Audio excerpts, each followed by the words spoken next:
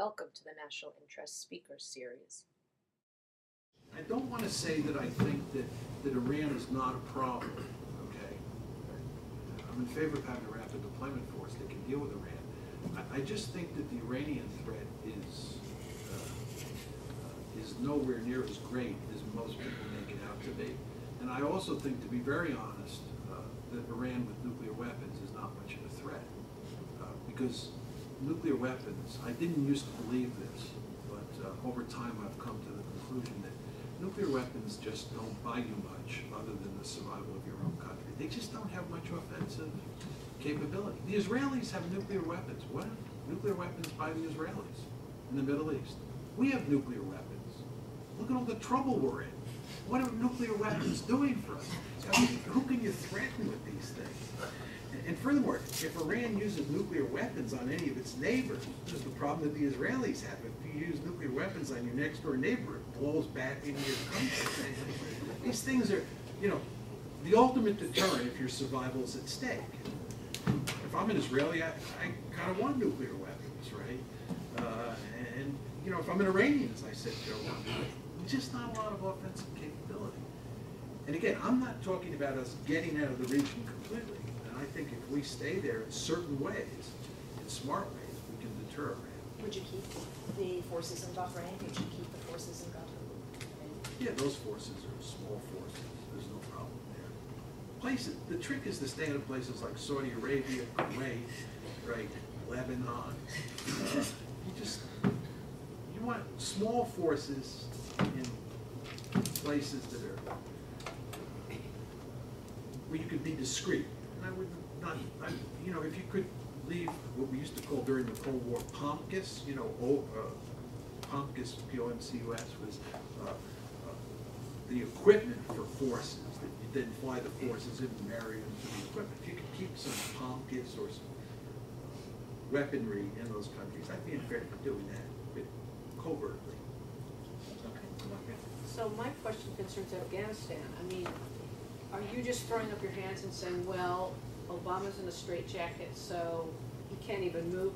I mean, if you were designing a strategy for him to become an offshore balancer, as you put it, what would be your strategy for dealing with Afghanistan, short of this 2014 timetable that the U.S. and NATO have signed on to?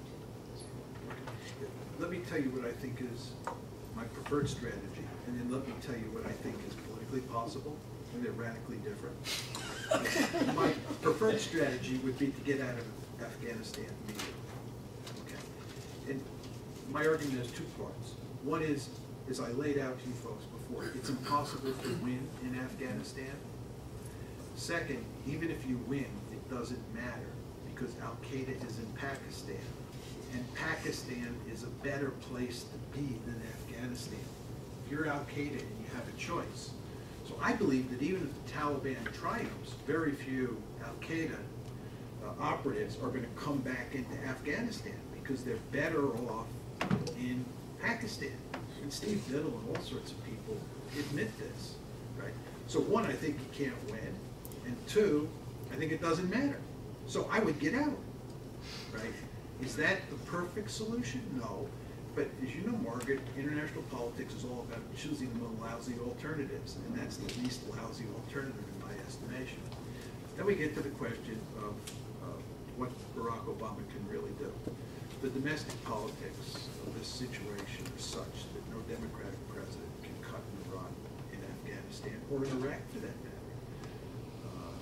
As a result of the Vietnam War and how it ended, and the candidacy of George McGovern, what that meant for how the country thinks about Democrats and Republicans and how they deal with national security. The Republicans have been brilliant since Vietnam at portraying Democrats as a bunch of wussies. The Democrats, having triple-digit IQs, have figured out the game, and they understand full well that they cannot allow themselves to be portrayed as being soft on defense. Go back to the Vietnam War, we now know full well, because we have so much documentation on why we went into the Vietnam War. One was because of the domino theory, which was a bad idea. But the other reason, and maybe the main reason LBJ went into Vietnam, was domestic politics. He was very fearful that the Republican right would crucify him for losing Vietnam the way they crucified Truman for losing China.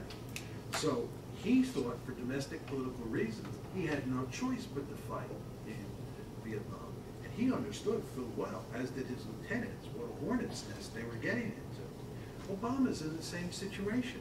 If he cuts and runs, right, the Democrats, and Obama in particular, will be hammered mercilessly for decades to come, right? So he has to show that he is a tough guy, and therefore he has to stay in Afghanistan for a long time.